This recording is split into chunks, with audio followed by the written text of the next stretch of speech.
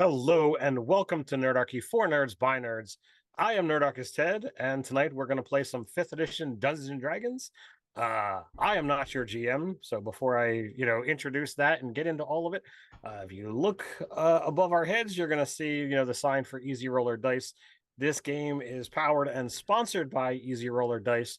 So down in the description below, you're going to find a link to Easy Roller Dice and a promo code for 25% off your first order. But that's not all. Down there is also going to be a link to their join page for their new project, going to be on BackerKit. It is for Fire and Ice dice. They look absolutely amazing. I personally can't wait to, add those dice to my personal collection. Everybody out there knows that I'm very much a dice goblin, and Easy Roller Dice is our dice of choice. So go check that out. Give them a follow, get them ready to launch and get that backed on the first day. It is a double follow, so like you'll click the link, it'll get you an email, and then you got to follow through to that email and click that link in order to be officially notified, because BackerKit is a little bit wonkier than Kickstarter, at least in that regards. So that aside, but that's not all. There's one more thing before we get this game started. Underneath all of that is a link to a campaign over on D&D in a Castle this summer, August 18th through the 22nd. Yours truly is going to be one of the featured dungeon masters for D&D in a Castle, but this time it's in Ohio. So none of this England Castle nonsense. It's at Mohican Castle. It's a new location that they're debuting this July. I'm super excited to check out the new location, and something that I don't have to fly to get to. So if you're interested in being in a 24-hour D&D campaign over the course of 3.5 days, and you want to do so with yours truly, go check it out. There's a lot of fun games that's in there. So check that all out in the description below.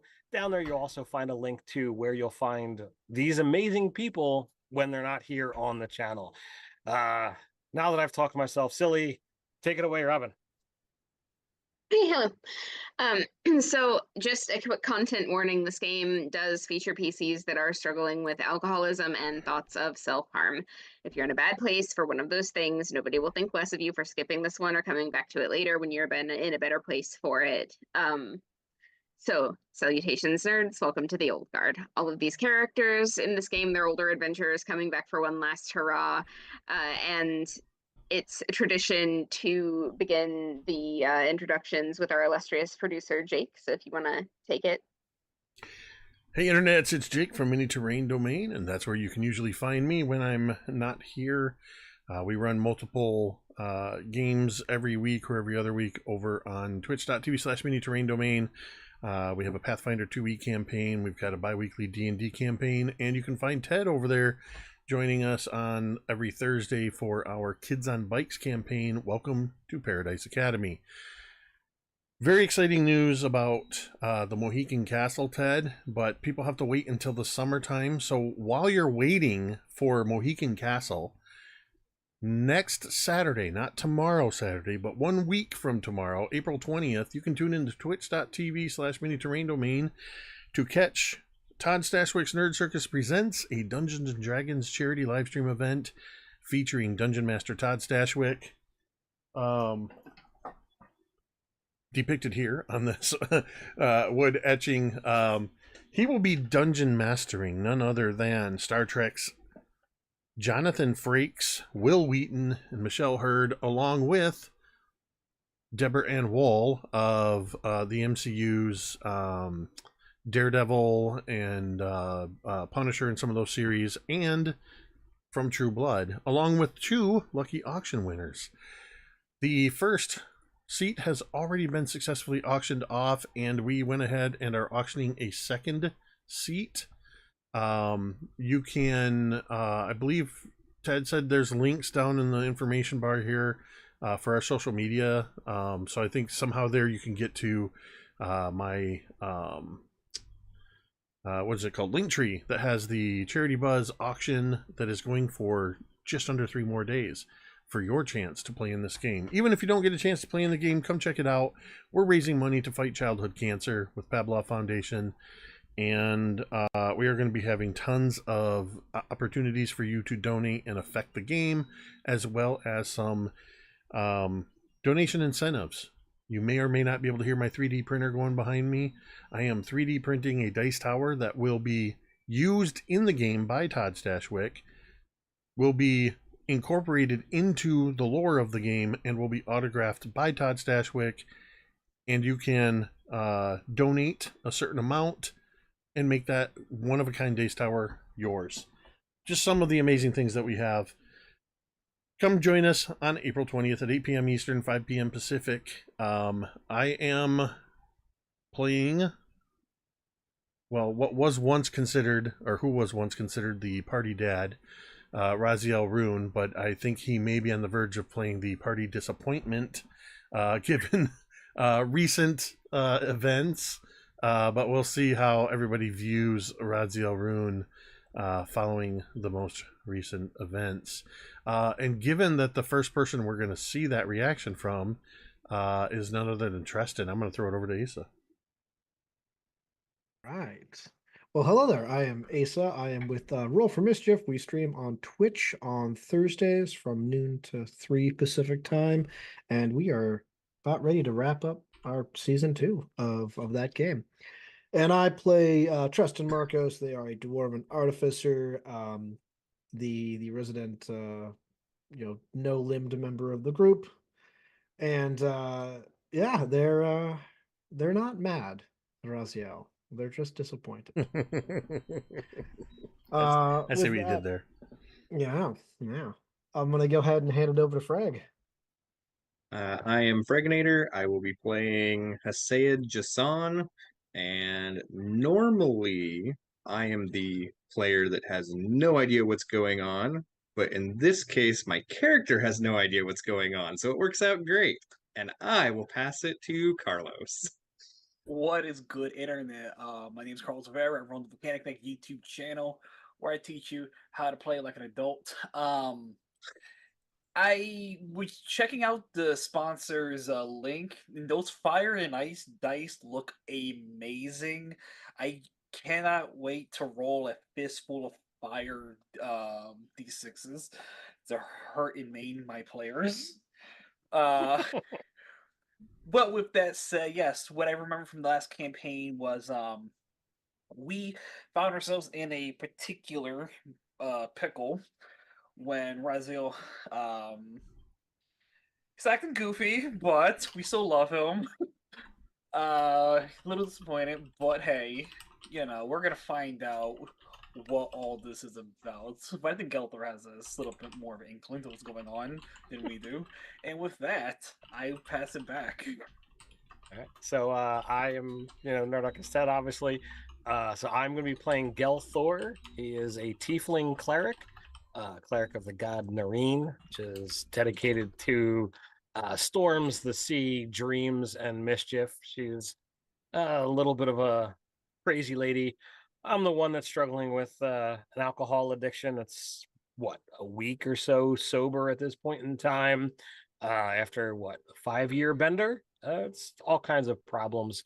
And, as Robin will explain, we are in the midst of a party split, as we had quite the conundrum with last session. So back to you, our illustrious DM.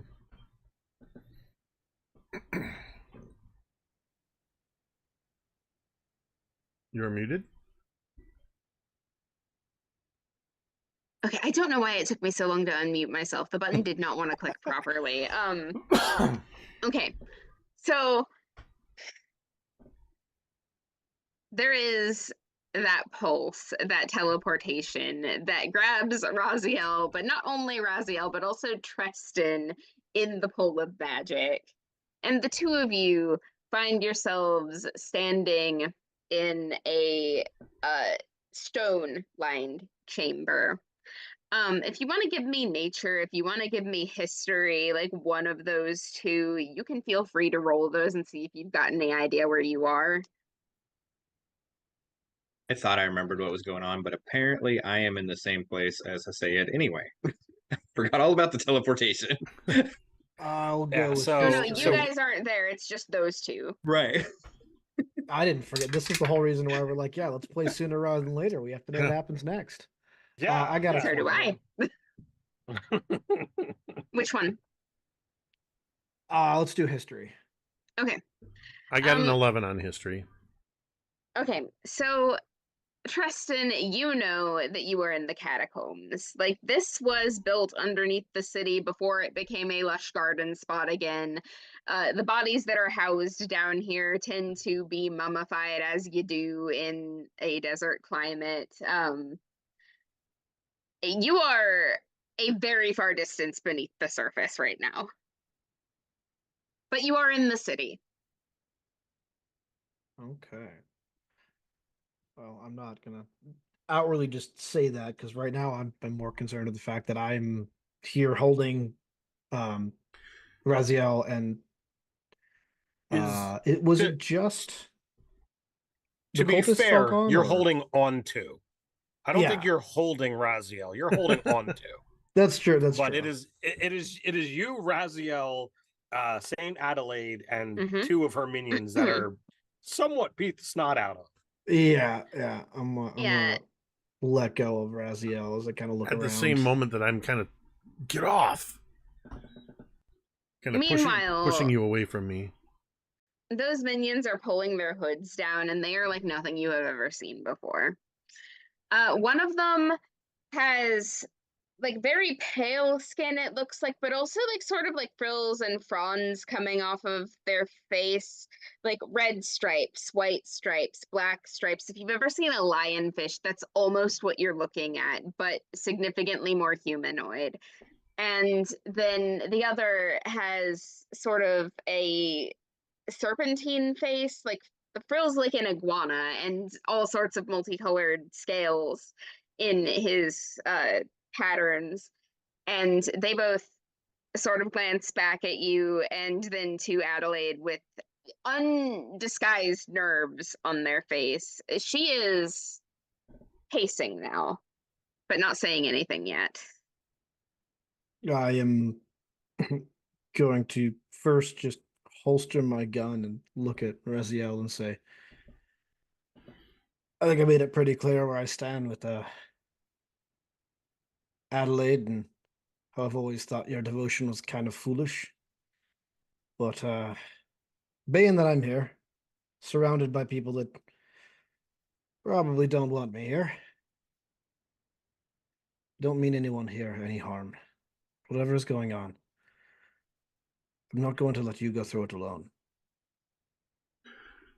So, turning to Adelaide and the other two, if you aren't planning on killing me, I ain't gonna try to do anything against you. I believe you.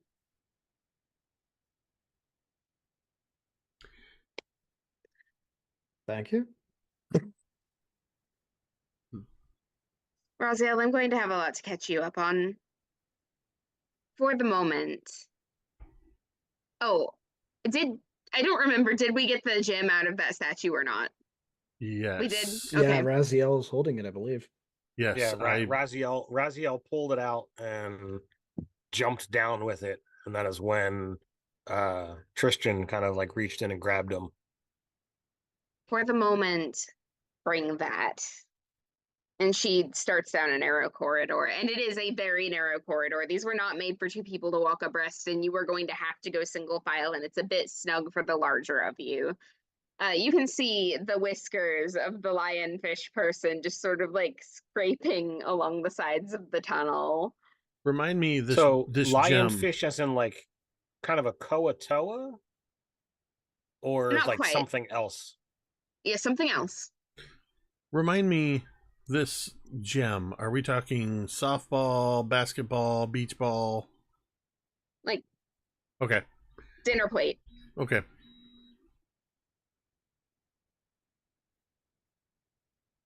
I am going to, given the narrowness of this hall, I am going to put myself between Treston and the others.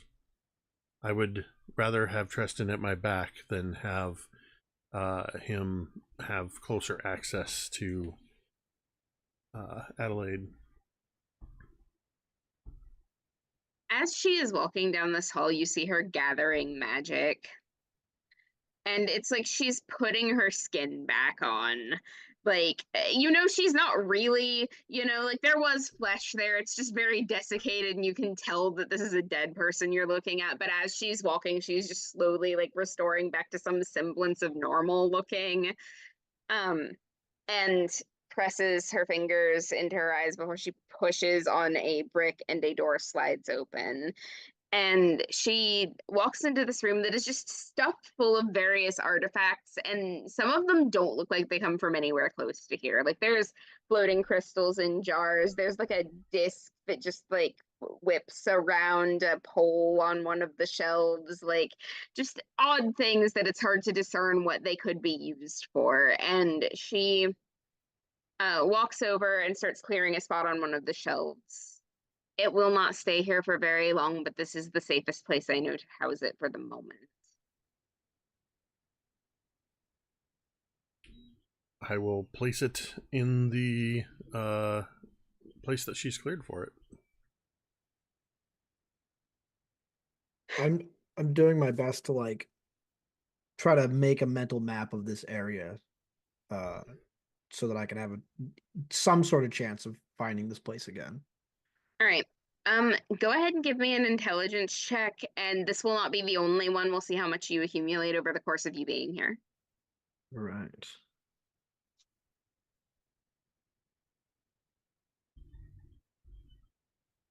Okay, that's a 9, so it's a 12. Took me a while to figure out what the face said.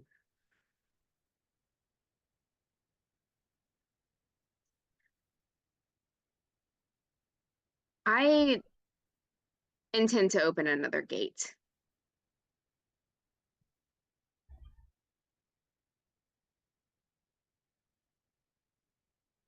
I'm kind of looking at Raziel.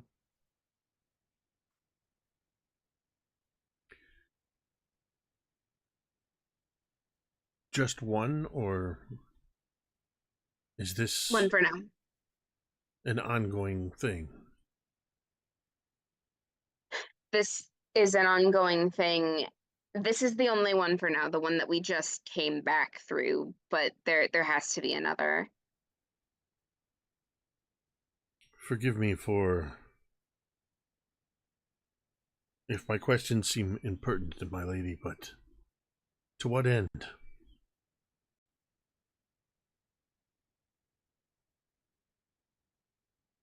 Do you see, how much do you know about the flow of magic from one side to the other?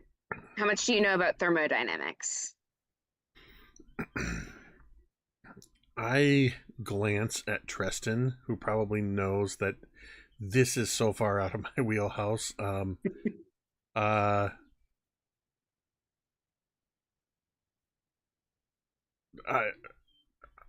Nothing, my lady. She then looks to Treston, because Magic you is do not my know. forte. You know exactly what she's talking about before she starts talking about it. In fact, the second she says Right. thermodynamics, you know entropy. Mm-hmm. Not all of the energy is flowing from one side to the other. Some of it is being lost. Yeah. All right. Yeah, I'll chime with. You're talking about the energy that is lost in the use of magic, the flow of magic. This was supposed to fix the problem, but eventually it's going to run dry, and then we'll be in the same situation. All right. And what is the wrong fucking voice? Hold on a second. What's the outcome of this? What's the damage it's going to cause? What happened on this side, but on the other side as well. It could take thousands of years. I don't know. Probably not within your lifetime, but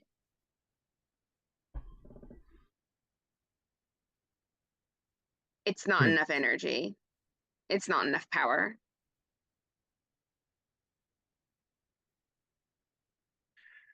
Are you saying that this world's going to become like the Shadow World in time?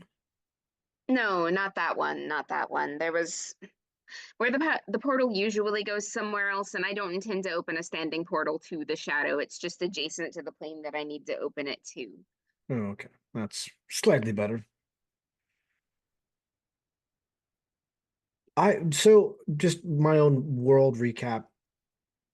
Didn't dwarves come from the other plane that connected to Armistice? Yeah. Okay. So that would be where I'm from, essentially. That would be where you're from, yes. Yeah, she's talking about like draining your plane dry of magic. Okay, okay. Yeah. I'm just gonna kind of just take that in and so you're willing to sacrifice one realm for the sake of another, without regards to what happens to those on the other side. Interesting.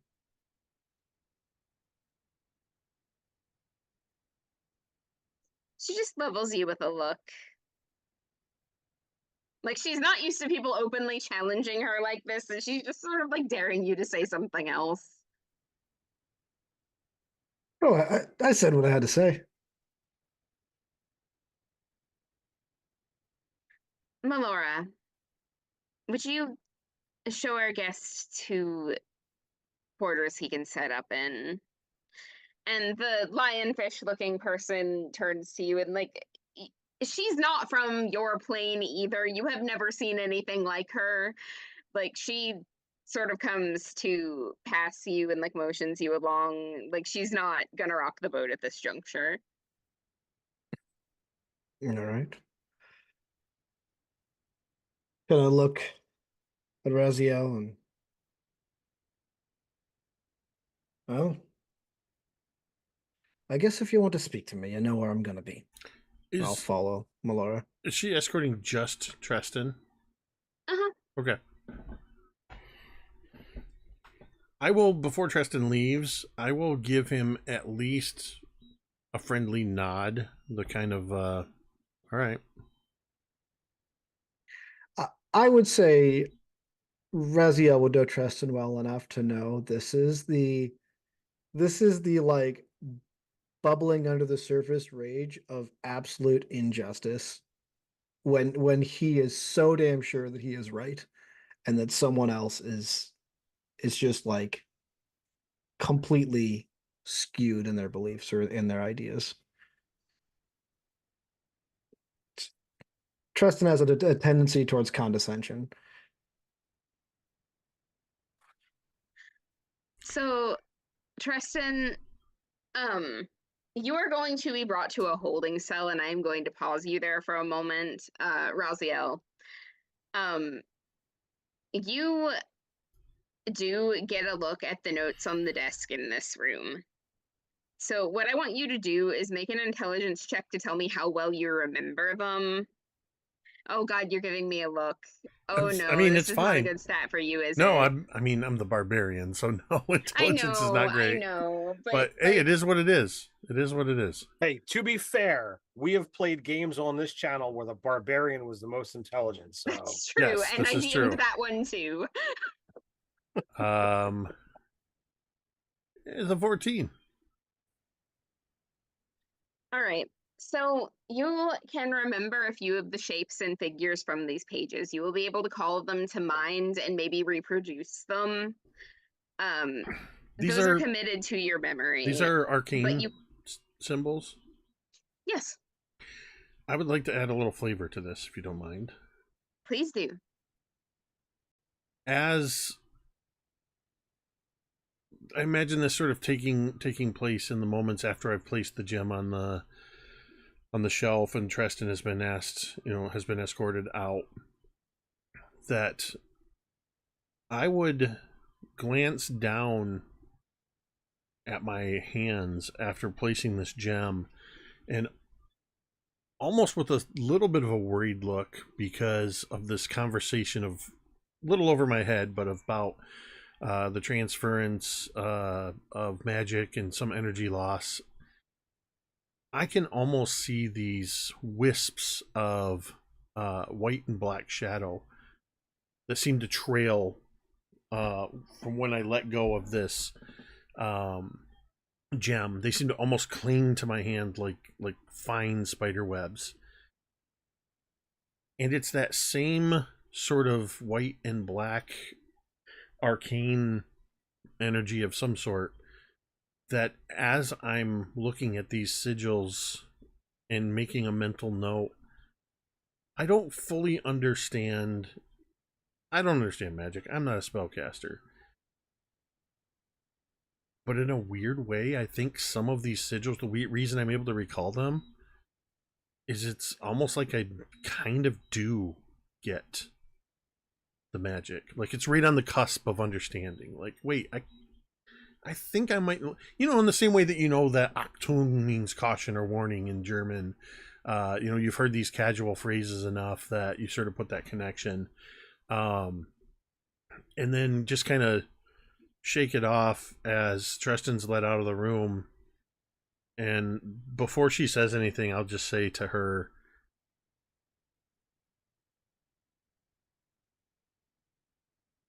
Treston is true to his word, but he is going to be potentially dangerous in this line of thinking. He is almost narcissistic in his beliefs at times. And I imagine that you do not want him harmed.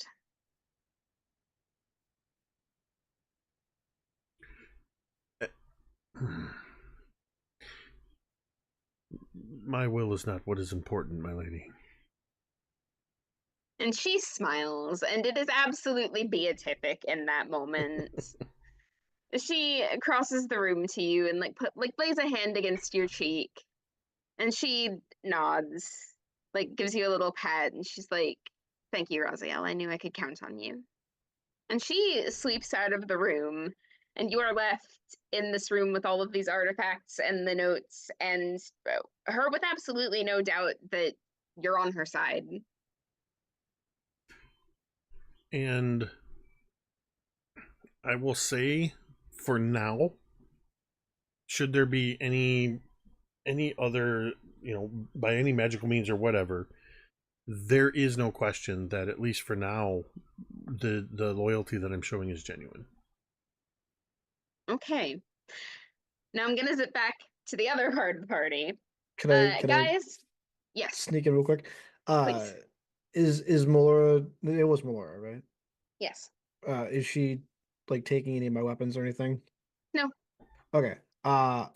Really quickly, I want to cast Magical Trinket on, pull one of my tools out and cast Magical Trinket on that, and then hand it to her and say, "Will you give this to Raziel? That's just well, it's my favorite spanner, and I wish that he'd hold on to it, keep it safe for me."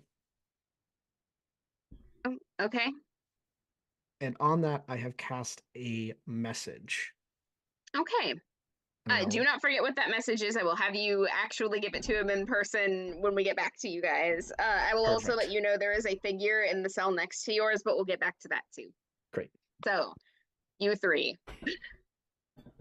You didn't get a quick teleport out of the plane. You three have an hour to get out of the plane before the portal shuts and locks you here. So I'm going to give you, straight up hit the ground running skill challenge. You tell me what skills you're using to find your way back through the fog and through the portal before it shuts you in. I should have picked up Dimension Door. Damn it. Yes, knowing I have some place to get to eventually. I would just immediately. Actually, wait, I have Misty Step. I'm gonna use Misty Step to help me out, moving slightly bit faster. So I'll teleport 30 feet closer, I guess, and I'll continue to run as my little feet can take me. A reminder that the space between the cathedral you were all in and the portal is a big swath of smoke-filled terrain in which there are like things moving that are much larger than you are and definitely want to eat you. Yeah, it. Also, what skill are you using? Because you do need to roll something. Yes. I will. Actually, can I roll history to see if I remember a safe path? Yes. I don't know if that would be history, but if you want to use history for that, I'll allow it. Or, History tends to lead. History tends to lean towards maps and that kind of stuff. So remembering a a past route sometimes is falls under that. Sometimes it falls under survival. Depends upon what the DM wants to do. Yeah, go with history. That's fine. Okay. You're a bard. We start with inspiration, right? Yes, you do. All right. Well, I'm gonna burn that. I need this to work. All right, that's better than that 20 plus 3. You can't crit those, but it feels like I did. All right, so you remember exactly the way back and are able to like keep the others with you as you make a significant headway into the fog. Gelthor, Hasaid, which one of you wants to go next? I'll go next. I feel like this place is all like negativity, if I remember correctly. You're correct. So I'm going to kind of reach for the area of life and try to use my senses, my insight to pick the best path to kind of get us away from the negative emotions and back towards life. Okay. That is a 15. All right. So you can definitely like reach through all of these negative feelings and like feel a tendril of like the life that your own plane harbors, and you know what direction that's in. Hasaid. You said like stuff's crumbling around us. No, but you are in the fog, and within that dense fog, you can see like large figures moving. And on your way here, they were trying to like reach in and grab you in the little pockets of light that were protecting you, and they still are there. Like they are still entirely willing to devour you if possible, but you are making pretty good progress so far. Yeah, you think nature or survival? Yeah, either one would work. Okay. Let's see, survival slightly better. Ooh, 27. Okay. I had a So +8 roll of 19, so between the three of you, you are handily able to pass through this portal and back onto the other side. And the second that you leave it, the color bleeds from that purple color back to the lush, verdant green that it was to start with. And the tieflings that were like holding the people back from like wondering what the heck was going on with the convergence portal all turn to look at you and notice that not all of you made it back. Ah, shit.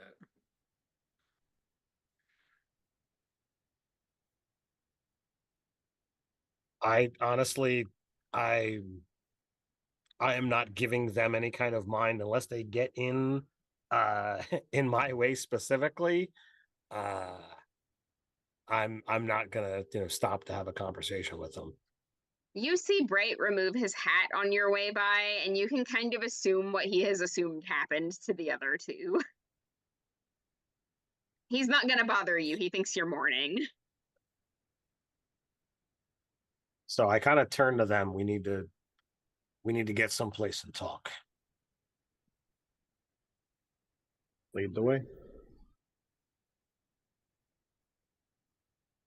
So I don't know how long they have access to their ornithopter bikes or whatever they're called. But I'll find some kind of open space that we can kind of like sit down and figure what the frick we're gonna do now. I'm probably not getting my deposit back. I think I forgot the bike there. Oh man. All right. So you guys, you turned in the bikes that you were riding on. Where do you go? Is there like, any kind of abandoned rooftop or like, Oh, tons.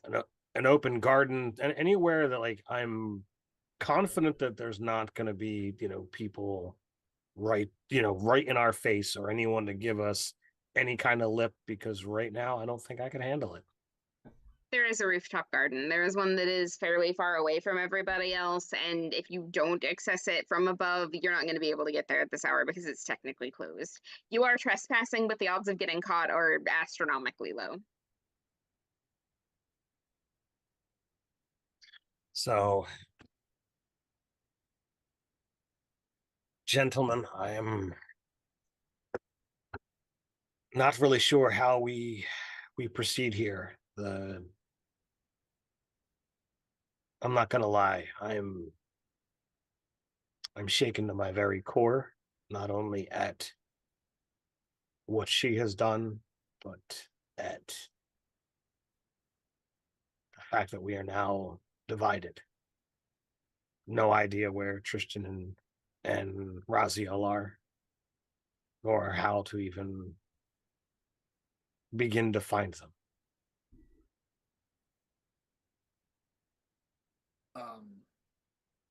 Klaus at this point in time is just shocked at the event. You can clearly see it on his face. He looks like he's about to say something, but loses a lot. He almost like he doesn't believe what he's about to say himself, and he just, disregards everything. Now, Hassad, you weren't with us all those years ago. So, do you have, I imagine you've got questions as to any of this?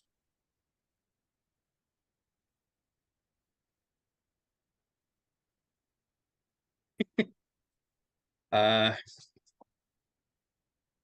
sure I do. Whether I can put words to the questions is another story. All right. Then I will give you. My mind is a bit befuddled as to the situation. I'll give you the shortest summation that I can.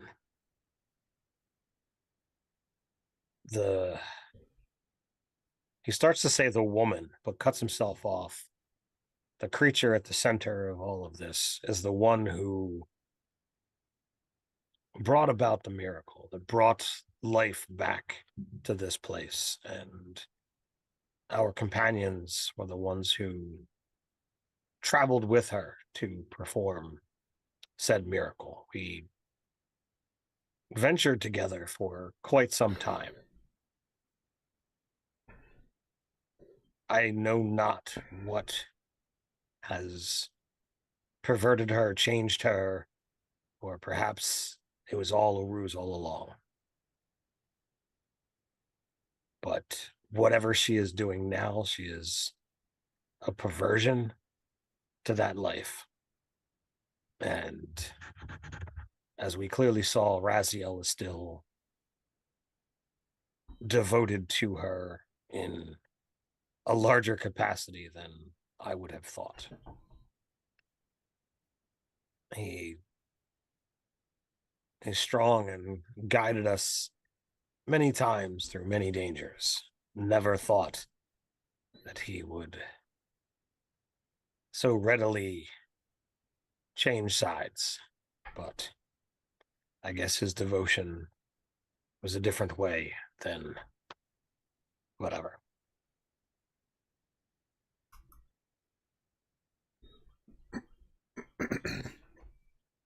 I don't know. I honestly don't know what is the best path here.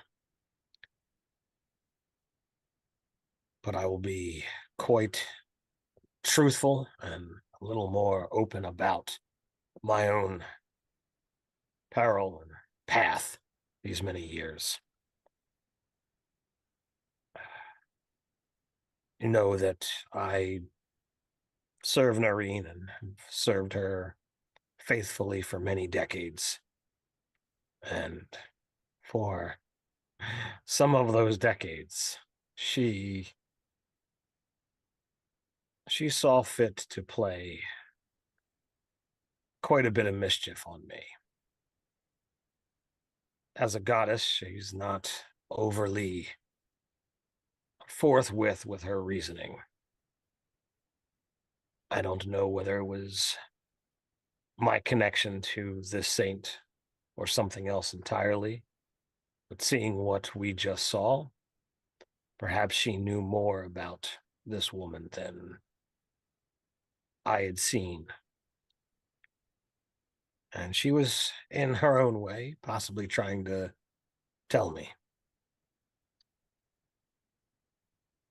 But I think if it is what I suspect, then perhaps I have some time spent in prayer.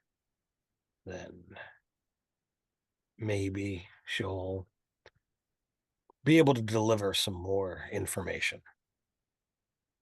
You hear the slight rumble of thunder, and it starts to sprinkle and then drizzle, and pretty soon you've got like a refreshing, almost spring rain going on. And you know that this is an attempt to comfort you. I mean, having spent years on a boat and, spent, massive amounts of time flying, the rain is not anything that has ever truly bothered Gelthor. So like he kind of like looks up, and if you're ever watching the movies when somebody like turns their face up to let it just rain down on them, that is kind of what he does. A little ways away will require some travel. There is a temple, a shrine. I'm not certain what you would exactly call it, but I think if we can travel to there, where she is more likely to respond, I think perhaps I can get some kind of missive, some kind of answer. But it is, a shot in the dark.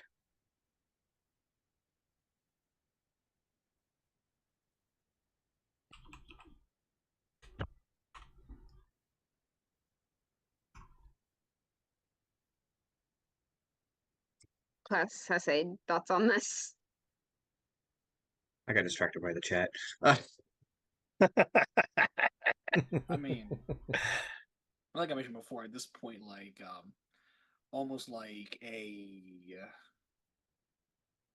it's like, I mean, you can visibly see Gelthor has said that like Kasa's very bothered by everything that's happened so far. He's having trouble putting into words. As someone who's normally so eloquent, he at a loss for words. As like you see him like gripping onto his rapier, wishing more could have been done. All that really So- matters, I feel like, is that we find a way to get either back to them or them back to us to figure this out. So that is where I am hoping that uh I can get some answers. Again, honestly, I wish Tristan were here. He is the one that understands the magic far better than I. But we very well can't ask him to find himself. Not with that attitude. Well, I may not be as skilled as Tristan, but I know my way around spells here and there. Maybe I could Do you have take a crack at it, as the kids say. do you have anything for long distance communication? Do you have any way of knowing whether or not they're on the same plane of existence? I would if I had to pick the dimension door. I'm like an idiot, but um, I picked all the wrong spells, folks. Suboptimal when I play D&D, and I love it. Could I make an Arcana check to see if I can deduce a possible way to I, get I, into communication? I am newly proficient in it, so can I help him and give him advantage? Yeah, yeah. Yes to both those questions. Okay. Well, thanks for trying, Frank. I don't know if a 10 is gonna cut it. I rolled for fun just because I No. figured it would be bad, but even I did better than that.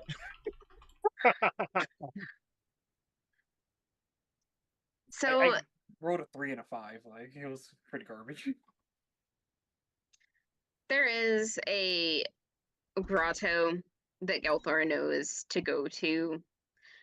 Fortunately, the tide is low enough to access it by now, and you can get trapped in there, but you've been to it before, and you have enough time to get in and out if that's what you want to do. And there's Yeah, a so shrine. that's what I would I would offer. That's what I would recommend. Okay. For the grotto. So there is a shrine in the cave. You walk along a sandbar for a little while, you enter in, and you go uphill a distance, because when high tide comes in, it floods a little bit, but not the platform that the shrine is built on. And there is a sage inside this grotto that has many candles lit, is moving scrolls from one place to another, checking them over, organizing them, it almost looks like. And you know this woman, you've met before. Her name is Shanna. She's in the Church of Noreen is very informal, but she is fairly close to a dedicated priest. So you've had a lot to talk about in the past. I imagine there was probably some time that I spent with her trying to figure out like why Noreen was like not responding to me. Why she took away my spells, my powers. And her answer was that the sea is capricious. She is human, and the other two of you can notice as she turns around that she is extremely pale under that hood, and her eyes are a very washed out pink, kind of watery. When she steps into the fire's glow, like it hurts her eyes a little bit. The darkness suits her much better. And So like you said, it's fairly informal. Would I consider her like a superior, or like is that not a thing for followers of Noreen? traditionally it is not a thing, but whether you do or not is up to you, because this is someone that has offered you a lot of spiritual support. All right. So I will totally, bow in respect. If for nothing else, then because she's been a friend and because she is caretaker here. Was it you said Shauna? Yes. So I kind of land or walk up and bow. Greetings, Shauna. She smiles a stretch of bloodless lips. She's very clearly happy to see you and says, Gelthor, I wasn't expecting you. What can I do? Well, in some of my darker times, you have been a voice of reason and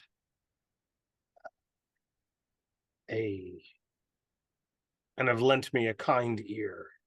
I find myself yet again in troubled times, and I sought you and the shrine out, as I feel like this is of all the places that I could get to quickly, this would be the closest to her. I will not not gonna dandy words, but she has seen fit to restore my power, and in the midst trying to solve the murder of a friend's daughter, I have come upon the saint, brought back to life, and involved in, well, let's just say dark deeds. That is troubling news indeed.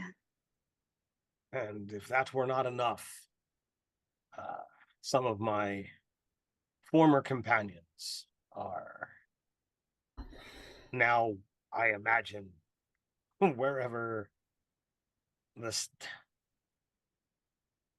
she is. And I thought perhaps maybe she would, well, I can't keep using she when I'm talking about two different things. My companions are with Adelaide, I imagine. And I was hoping that the goddess would see fit to converse with me once more. Then onward to the sanctum it is for you. And she reaches into the sleeve of her robe and prefers a key on a heavy iron ring.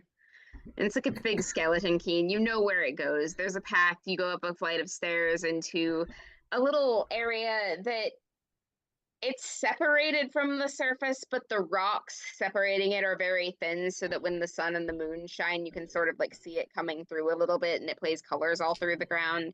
It's a very small sanctum. It's very claustrophobic, but it is a sacred place to her, and it is a place that you are more likely to be able to hear her communing with you. And she also grabs this big shepherd's crook and sort of like pulls one of the lanterns off a higher hook and like brings it down to offer it to Klaus and to Sade. And you two can go ahead and wait for him in the supply closet back there. It's roomy. There's seats. Just that's where he'll be going when he's done. He'll know what he needs then. Thank you. As we make our way. Yeah, you'll be walking together for a little while. The hallways here are fairly spacious. They've been carved out so 3 people can stand abreast easily. And it brings you into this rounded chamber where one door leads to the storage area and then the other to the stairs that will lead you to the sanctum. But you have a moment alone to talk before you separate if you have anything else to say to each other. Shanna, in this darker place, has like lowered her hood, and you can see that her hair is completely colorless, and she just, you know, checks in on you, makes sure you have what you need, and then withdraws. So to Klaus and Hasid, is there anything that's not obvious? I don't know what, if anything, that Noreen will say to me. But now is your time to put forth your opinion. It's a shot. That's all I can say. It's more than we have now, but when we're concluded here, we may want to go to Raziel's place. Maybe there might be some sort of clue to help us find our way to him. But I sincerely doubt there's going to be anything at Raziel's place that, I mean, of any one of us, he was rather insulted that I actually, was still in communication, albeit loosely, with Adelaide. And like, Gelthor is like feels bad about, his relationship with Adelaide now. So like talking about it almost seems to like kind of drive him inward. Had there been any kind of clue or continued interaction, I don't think he would have reacted the same way about my communication. Yes, I meant to say like maybe he might have a shrine or some sort of clue that may help us find a way to figure out what's going on there, Sure, where they went. I will see what information I can gather. Yes, I and look Raziel's to. like I see. Raziel. Was that? I was about to say, and Raziel's not here to disagree with us entering his domicile. Not so worried about No. his domicile. If we had to go to Treston's, I'm afraid it would be trapped. That is always the challenge. But all right, anything else? I have nothing. Be safe. So I turned to Shanna. Look, of the struggles that I've had. And while I can make no guarantees that I will be able to return the favor, I feel a power welling up, and in order to use it, I want to be able to make a proper offering to her and to the magic. Is there anything that you have here that I can use? I will find a way to pay you back somehow. She sets the lantern down and pulls the shepherd's crook out of it, and then like reaches over with it and pulls back the tarp to like reveal the storage area. There you will find incense, there you will find powdered gems, there you will find whatever reagents you might need. Do what you need to, take what you need to. This is here for us, for all of us who follow her word. Thank you. So I kind of like look in, and I know what I know what the spell calls for, but it is something that I haven't done before. Why is this not showing here? There we go. So I kind of gather what seems to be, what I would consider a worthy enough, sacrifice for the spell as I kind of make my way into this inner sanctum. All right. So are you doing what I think you're doing? Yeah, so I'm gonna cast divination. Now I know this only gets a single question, but I'm hoping that given the absurd antics that have happened today, that I'm hoping that this could be a possible bridge and allow her to either speak with me directly and be a little bit more open, or maybe speak through some kind of like agent to give me more than just, hey, how do I find my friends? So you cast your spell and you feel the little chamber that, yes. Before I do that, I will say I have removed the ring. Okay. I'm no longer wearing that. So the chamber that you're in floods with a mist, and you find yourself, your consciousness carried somewhere else. And I'm gonna pause you there for a second and pop back to actually you tell me, because you're gonna see this next scene before you end up where you're going. Do you see what's happening with Treston, or do you see what's happening with Raziel? I think seeing what happens with Raziel is kind of more poignant, more important. I'm trusting that, you know, Tristan will be safe, and it's more the connection between Raziel and Adelaide that is more pertinent. Raziel, what do you do after you're left alone in the room with the artifacts?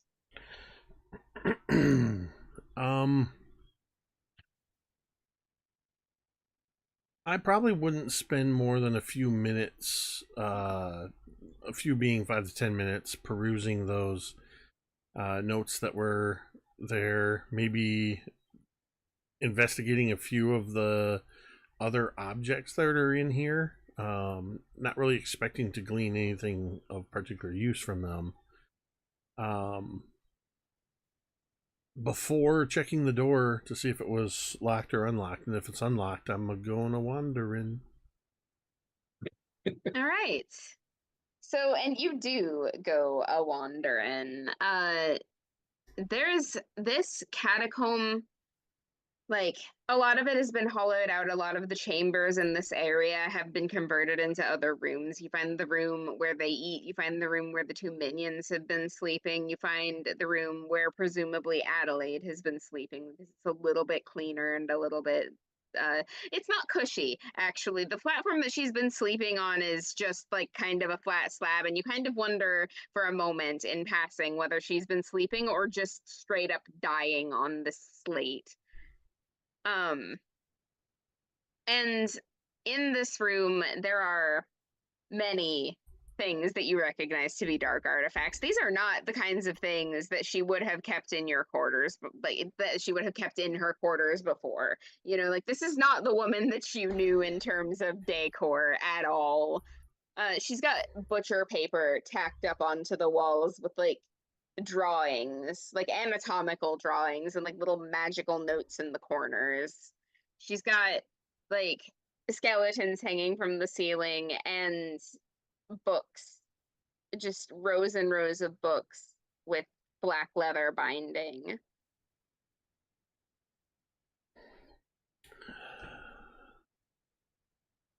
I think the initially upon finding this room, walking into it almost as if walking into a holy place.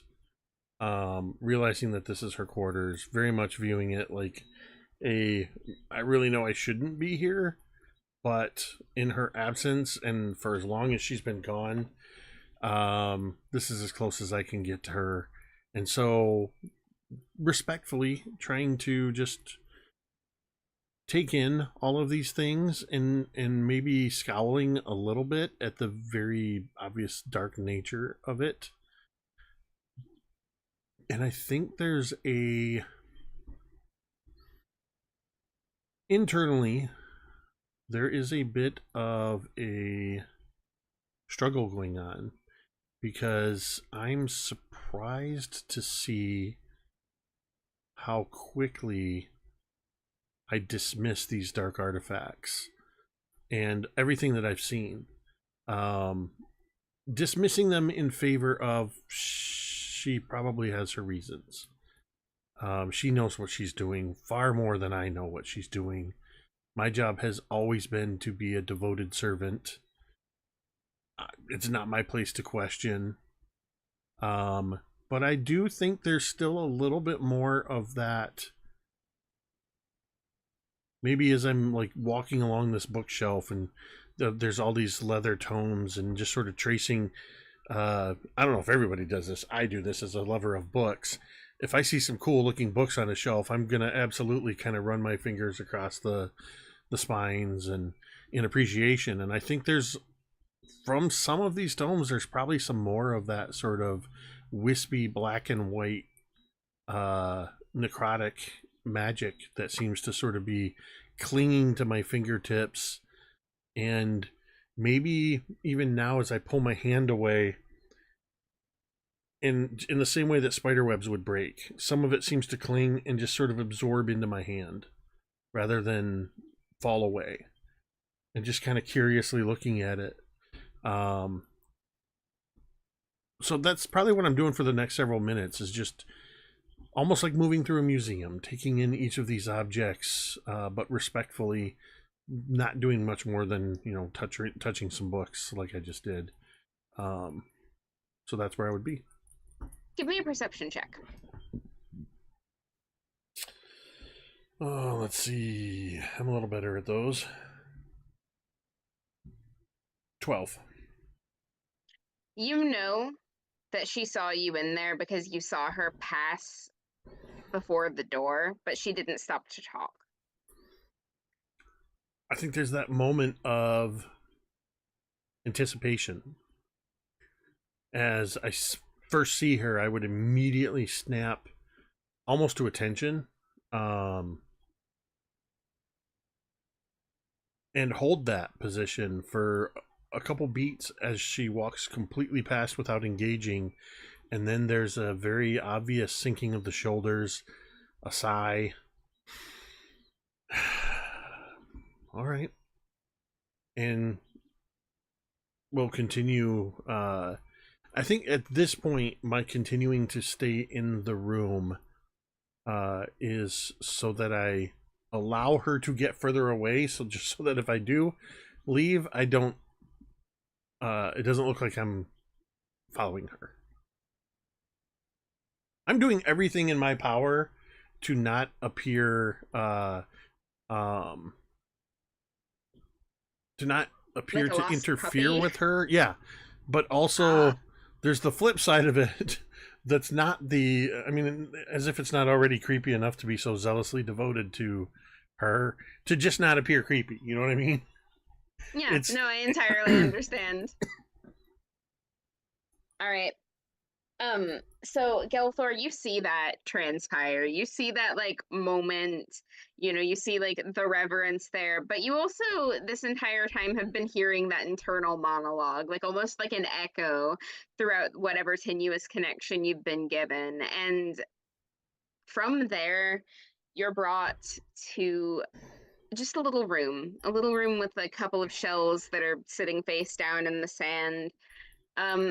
There's a woman sitting on one of them, and she isn't necessarily what you expected. You would think that a god would appear grandiose, but you know who this is. And she's just a person, just a fairly normal looking woman in a fairly normal looking gown. It's just brown. It looks like it's made from overlapping layers of fishnets, and like it's completely decent. It's sort of shapeless, but she makes it look luxurious sitting there and like sort of leaning on one hand. Her hair is cut short in an almost feathery style, very dark. And she cocks a head at you. Her eyes are completely blacked out. Like you can imagine them seeing things even in the darkest points of the ocean. And she smiles, a row of needle sharp teeth. As I get the sensation of who this is, like I immediately, you know, take a knee and bow my head. Probably like I'm gonna say like given how much trouble Gelthor has recently had, I'm gonna say like, you know, I'll unfurl the wings out, but bow so quickly that like I smack my horns on, you know, whatever floor is here. It's sand, so they like it doesn't hurt, but if you smack hard enough, there's a chance you'll get stuck. So I just, you know, I'm not like trying to headbutt the ground, but I move with enough haste that like I feel my horns, you know, begin to sink before I, you know, like, okay, let's pull up a little bit, but I'm not looking at her without any kind of, word choice first. She just leans forward a little bit. Like at that point, you can tell that she's crouching. She like crosses one wrist over the other and just sort of like leans down and squints at you. She like reaches down and like pokes you between the horns. Gelthor, you don't have time for this. Come and sit and ask your questions. So I stand up, you know, and I look at her, bow, again before taking a seat. I am sorry. You of course know how broken I am. Not broken. Just taking the long way around to being fixed. That's okay. It's okay to go down. Just don't stay there.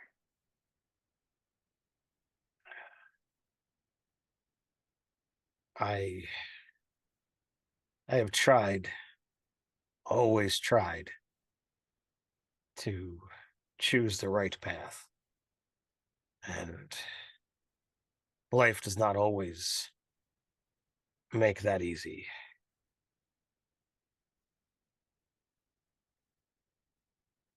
You know that I am seeking you out because of what has just unfolded. I am certain that you felt and saw maybe what has transpired this day. I have long known this to be true, but if I had been the one to tell you, you wouldn't have believed me. Has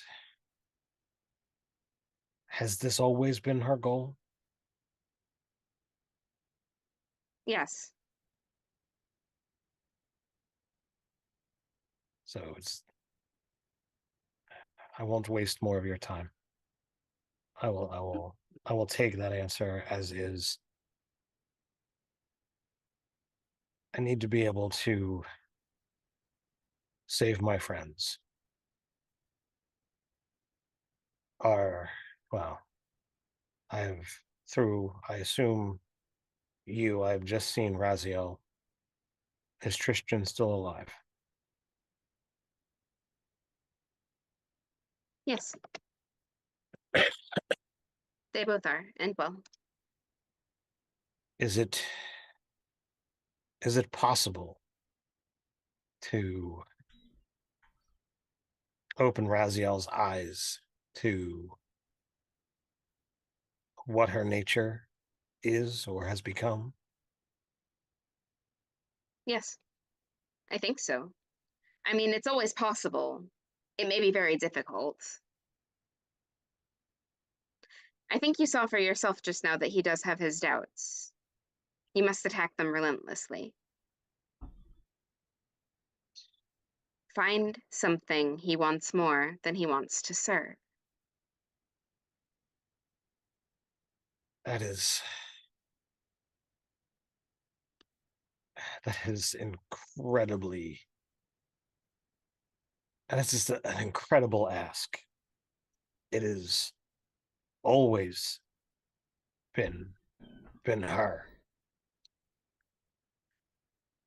And Noreen just grins. And those teeth do not fit in her mouth. And she says, "Did you expect it to be a small one? Have I ever asked you for anything small or easy?" No, my lady. I just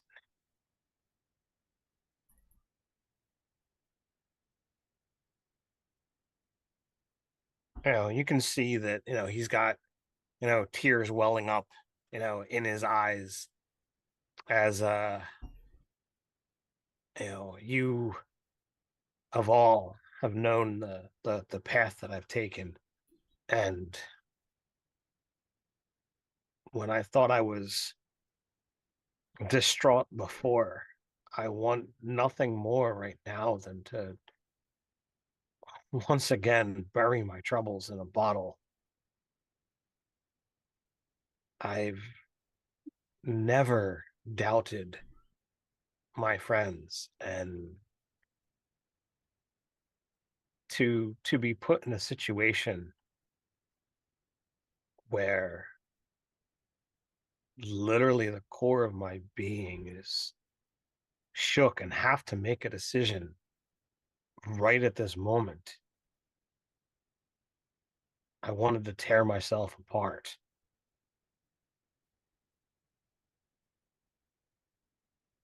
And then when Raziel helped, I just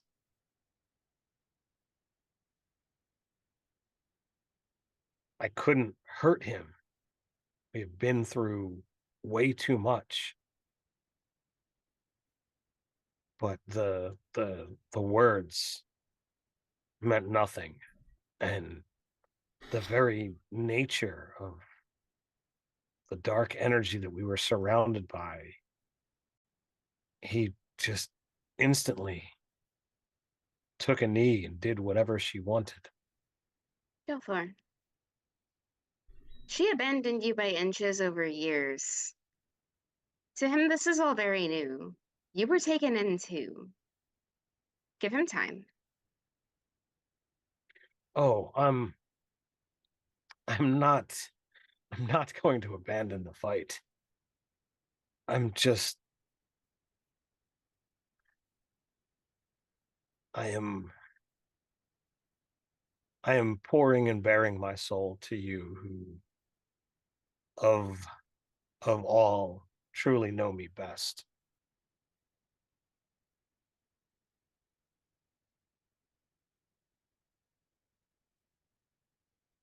Just to prove that I am still yours. She reaches up a hand and her fingers stop right in front of your eyes. And when she pulls them back, she has drawn your tears out and like they've coalesced into a pair of pearls that just sort of balance there. She passes one to you. Keep this close. You'll know when you need it.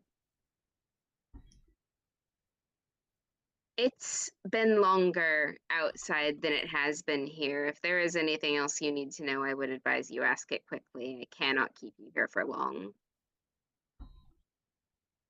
How can I get to them? How can I rescue them? You will find their bodies deep beneath the earth. You will find Treston's soul contained within his body, and Raziel's will need a little help. But I think your friends are on that.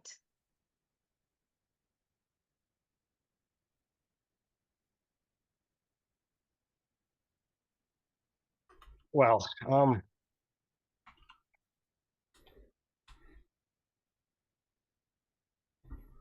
that's not all to go off of.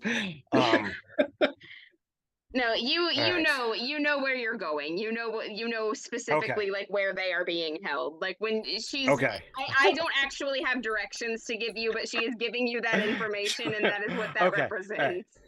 All right. I was gonna say, like, all right, it looks like I've gotta take a long rest and prepare, locate object, and start No. finding, you know, his gun.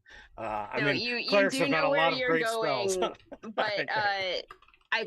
all right, so I'm gonna narrate for a minute because that I just wanna like you know, Sure. we've hit the last half hour and I'm like now worried that I'm not gonna get to everything that I need to get to. But like so you get out and Hasaid and Klaus are not here anymore.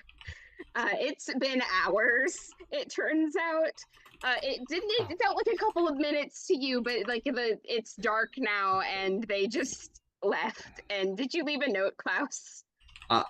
I actually did. I was going to Okay. mention that before we left. I also left 50 gold on top of it, and I didn't actually leave a note for Gelthor. I left a note for the lady here that said, "This is to cover anything that Gelthor needed.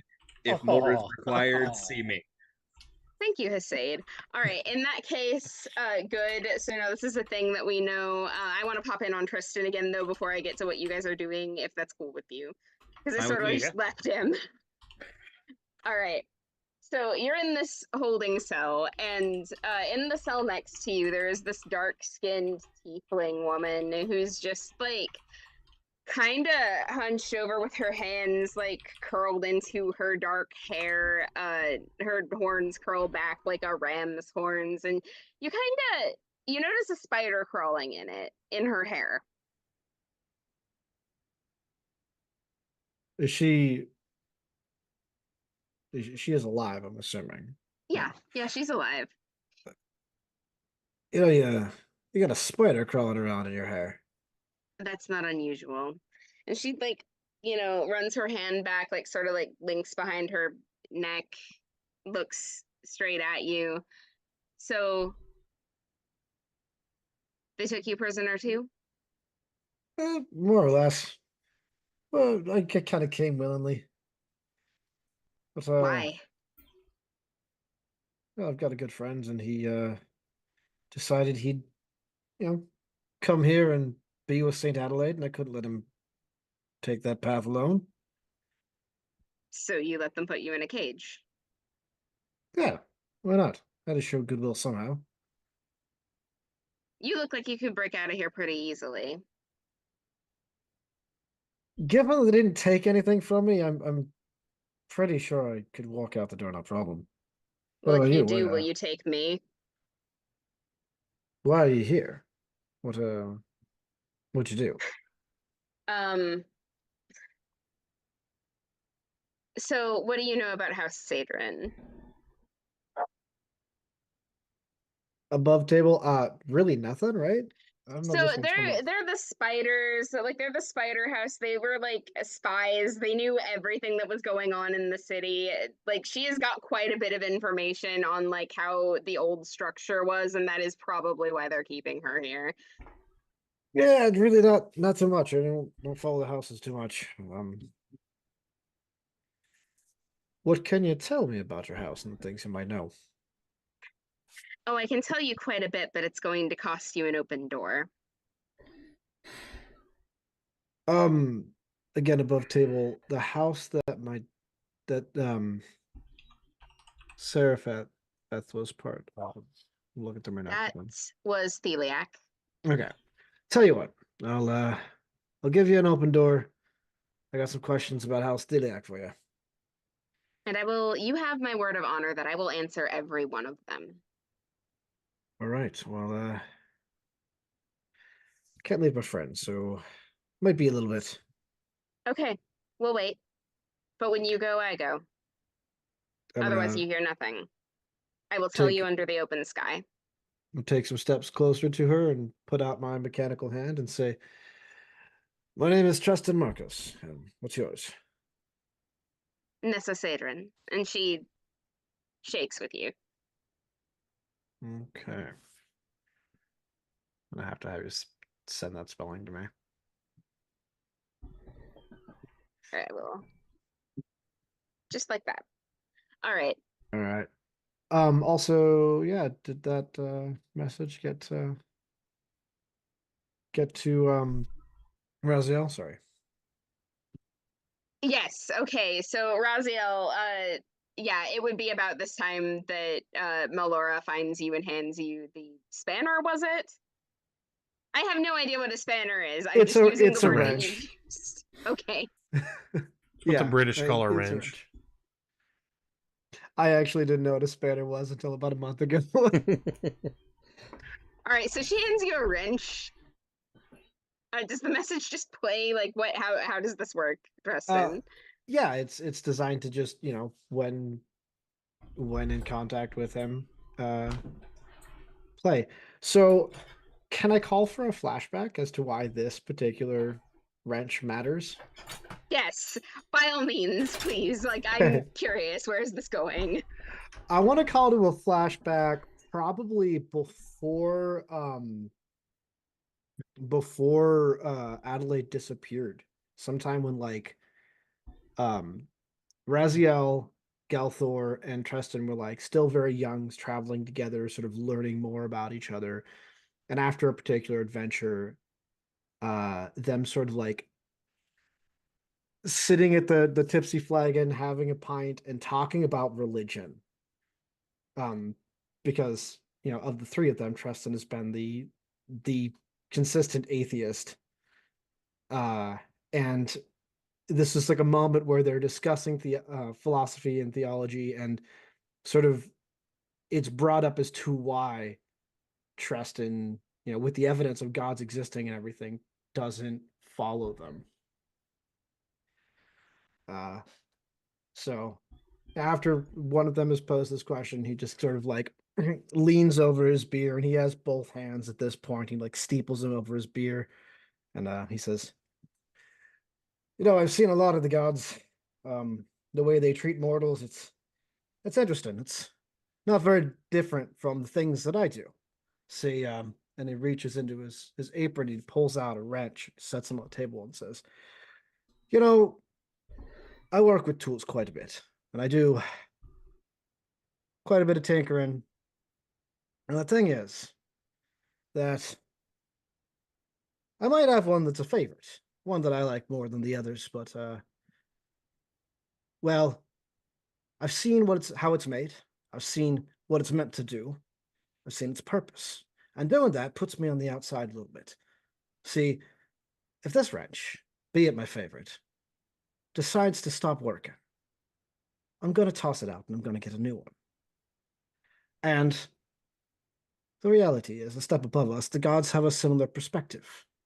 They see how we're made. They see what our purpose is. And if we aren't serving that purpose, they're going to throw us out. So even if you're someone's favorite spanner, you're still just a tool.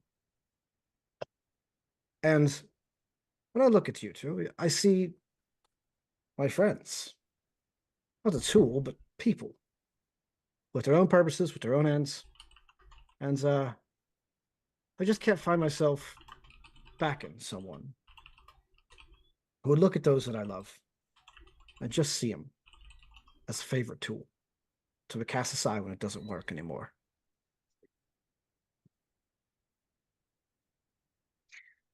I loved that. Please take a point of inspiration.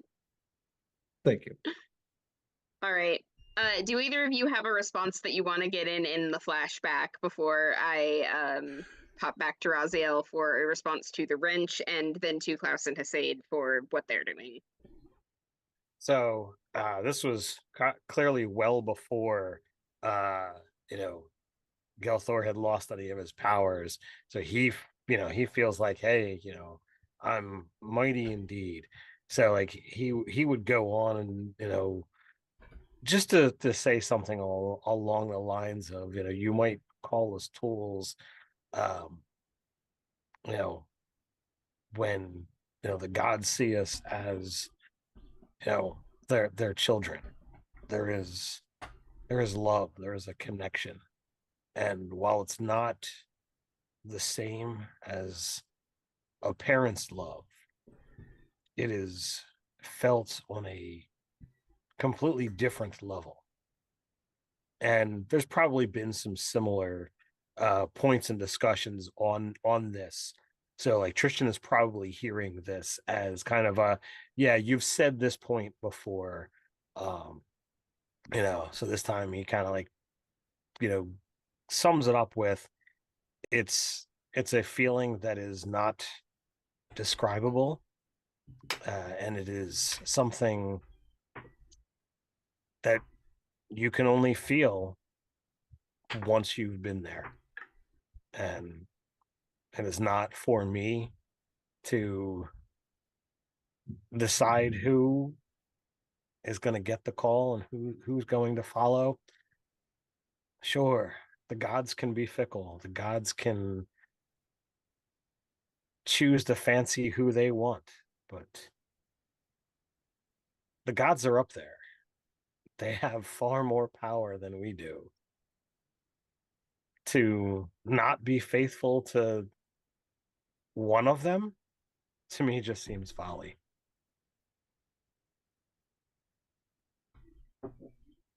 Yeah, maybe so. Maybe not. Guess I'll just have to see what time says, and maybe one day I'll be a little bit wiser. Raziel. Also, are you in the flashback, or is this you with the wrench now? Now I'm in the flashback. The my response after Gelthor speaks is, the only problem with your analogy is that the spanner never stops, or rather, the spanner never decides to stop working. It is a tool, an instrument crafted for a purpose. It may break, you may lose it, but it's not going to suddenly decide to stop being a spanner.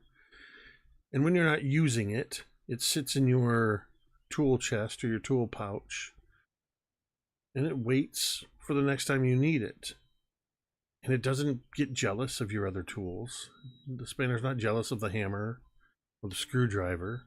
It knows what its purpose is, and it just waits until it's needed again.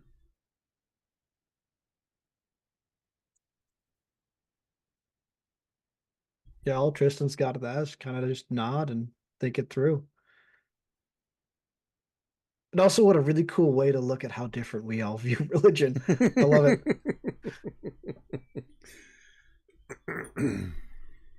Well, I mean, that is the great part about, a game like D&D is like you're able to accept, whatever kind of character interpretations. And we've got, plenty of different hot takes on it. I look at it as always just like, look, there's no disproving the gods in a D&D world, which is why I love clerics. It's like, all right, how could you choose to not serve somebody? Because then if you serve nothing, you can't get anything for your not service.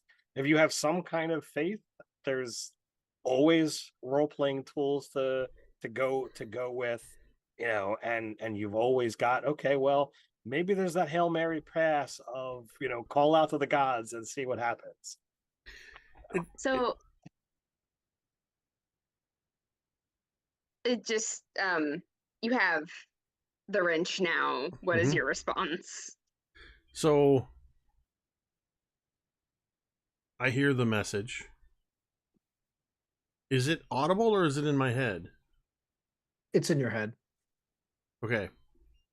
I'm inclined, for the audience's benefit, to share what the message is, unless you have a reason not to. Nope. I just sent it to you in private because that was easier. No, that gives me give me a chance to think about what you said too. So yeah, if you want to go ahead and narrate what I hear because I will say, when the wrench is handed to me, I recognize it. I may not know a whole lot about your trade, but we're friends, and I'm familiar with the things that are important to my friends. So I recognize exactly what this is. Yeah. So when you touch it, you hear Treston's voice in your head, and it says, "Are you sure you can trust her? She's been in contact with Geltor this whole time and hasn't once reached out to you." And that is 24 to 25 words. It is. Good job. All right. So, Klaus, Hasaid, I'm so sorry for keeping you waiting for so long. All right. You guys are going to Raziel's house. Which one of you is through the door first? It's probably me. What's your AC? 20. So there is immediately a shovel aiming for your face when you walk in, but you are easily able to duck and sidestep it. And taking a couple of steps back is Neverest, just like kind of holding it to her chest, like she's massively freaked out that someone is breaking in again. My apologies, miss. I may have forgotten about you. I didn't. Well, is everything okay? Is Raziel okay? What's going on? Where Klaus, this one's on you, and I walk away. I Well, immediately cast calm emotions. oh, okay. Well, I'm definitely not panicking anymore. But the same questions, just in a slightly calmer tone. understand, like, we wouldn't be here if we didn't think, you know, it wouldn't be beneficial. But what I'm gonna say, I need you to understand without panicking. Well, I'm not panicking now. That's right. Forgetting I cast common potions. Um, yes. Raziel, he chooses words carefully, knowing he's talking to a child. A teenager, like an older teen. Oh. Okay. Like she's secretly dating a half-orc. It's like Raziel needs our help. He's somewhere, and we need to find them. We're coming here thinking maybe there'll be some clues that will help pinpoint where he can be. Does Raziel have a particular place of worship in his domicile here? he reads sometimes. Raziel, do you? I will say that because I gave this some thought when you started talking about what you were going to be looking for. Raziel has never shown any outward signs of worship. As his devotion to Saint Adelaide is different than Gilthor's devotion to his god. There are no shrines. He's never exhibited anything in the last, whatever it is, 20, 25 years since he served St. Adelaide. His is a personal and private devotion. So no, there wouldn't be anything. And I think you would know, for as long as we've known each other, he doesn't keep journals. He's the kind of person that believes that if you have something that you don't want to say out loud, you sure as hell shouldn't write it down if you don't want people finding out your secrets. So there is nothing that would indicate any sort of religious rites or dedication or devotion. Except, I will say this. There is nothing in his home. You have never seen anything. Although, I suppose it's possible, and I'll let you, Robin, determine if you want somebody to make a check for this. I think Raziel has a tattoo of devotion over his heart. Whatever okay. Saint Adelaide's sigil or coat of arms or whatever that might be, I think that's his only outward sign of devotion to her in the last couple decades. Okay. I'm not sure how they'd find that in your apartment, though. No. Maybe a symbol of the same tattoo. There's a sketchbook with the flash artwork and the name of the tattoo artist and where he got it from and time and date. He has the receipt somewhere. So I was meant to go back and get it touched up. Neverus is watching you guys like comb through all of this stuff and like look places. And as you're doing that, she says, "But you're gonna go find him, right?" That's the plan. She gets up on one of the seats, like the sofa, if there is one, reaches up onto the shelf and pulls down the box with the chessboard. And she rummages in it for a little bit. After a minute, she puts it back and comes over to you and passes you the White King. Tell him he owes me another game. We will. As soon as we can find him, we'll definitely bring him back. And he'll play as much chess as possible. And that is about the time that Gelthor catches up with you here. It's coming on night. Skelthor, you know where you're going. You know where to head to find them in the catacombs. You know where the entrance is and all of that. And you find them here talking to Neverus. So was there any kind of, Noreen said, like, there isn't time. Like, was she giving any kind of, indication of, like, they're in danger and we must hurry, or like No, is it she meant okay there if we isn't actually time get for some? you to bow and scrape. Okay. Yeah. So I'll I'll tell the group everything that they need to know. That I know where to go, down in the catacombs, um, and that we're gonna have to, if we want to save Raziel from the path that he's on, like we're gonna have some serious work at convincing him to truly see, um, you know, essentially what his idol truly is, um, and it is not going to be an easy journey. It is a mountain's climb to regain our friend. Mm-hmm.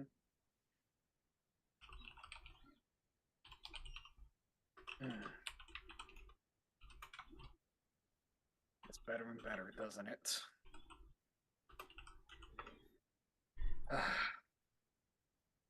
So I don't know how you feel. I am rather spent. I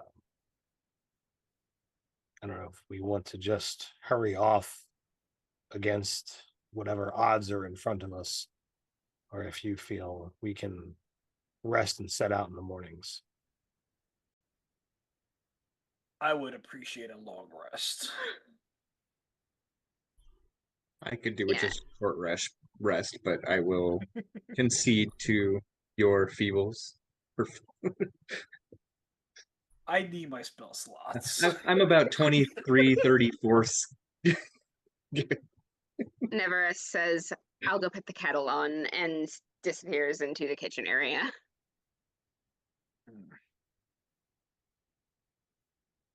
I will follow her, and then while she's in there, I will hand her a dagger and say, "This may work better than a shovel in the future," and walk away. I don't know how to use this. Stick him with the pointy end, and I walked out. I was gonna say pointy end goes in the other guy.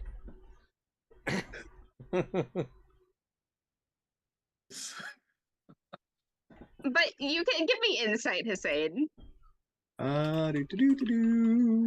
Passive is 15, but Okay, well, that's enough.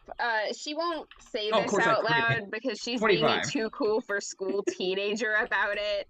But she thinks it's pretty cool that you trusted her with a weapon because nobody's ever trusted her with a weapon before.